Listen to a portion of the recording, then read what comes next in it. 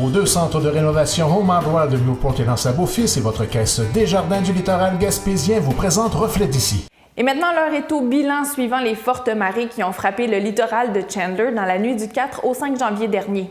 Thierry Haroun fait le point avec les autorités.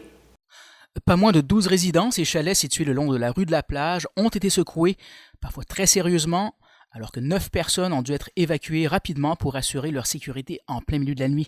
Une équipe de 8 pompiers en sécurité incendie de Chandler était à pied d'œuvre pour l'évacuation. Le directeur général de la sécurité civile, Jacques Bélanger, confirme que l'évacuation de toutes les équipes mobilisées se sont bien déroulées. Il fait également valoir que l'heure est au bilan.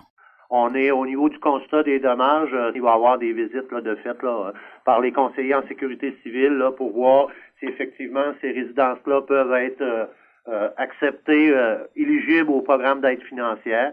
On va aller voir effectivement si c'est de quoi qui est éligible à l'aide financière. Si c'est un chalet, il va falloir que les gens ils s'arrangent par eux-mêmes.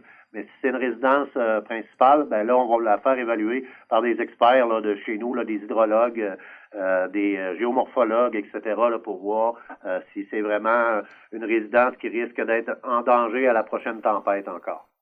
Les personnes évacuées ont depuis regagné leur résidence, confirme la mairesse Louisette Langlois, qui tient à féliciter toutes les équipes.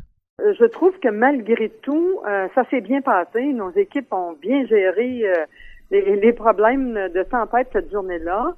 Quant à la rue de la Plage, on a évacué tôt le matin 9 personnes à 3h30 du matin. Et puis, ça s'est bien passé. Il y a eu moins de débris, de bris que 30 décembre 2016. Les gens ont pu intégrer leur résidence en fin de journée après, puis quelques-uns peut-être le lendemain parce que il y a une couple de chalets qui ont eu vraiment des bris, mais tout est rentré dans l'ordre actuellement, puis on veut plus de tempête comme ça, là. Elle tient toutefois à dire aux citoyens concernés par les malheureux événements de faire preuve de patience. Oui, tout à fait. Il faut que ces gens-là communiquent avec la sécurité civile, le bureau régional, il y en a un à Gaspé, puis il y en a un à Rimouski. Oui. Alors, il faut faire preuve de patience parce que ça prend vraiment un peu de temps avant de tout analyser les dossiers, faire le bilan des tempêtes, faire le bilan aussi des bris.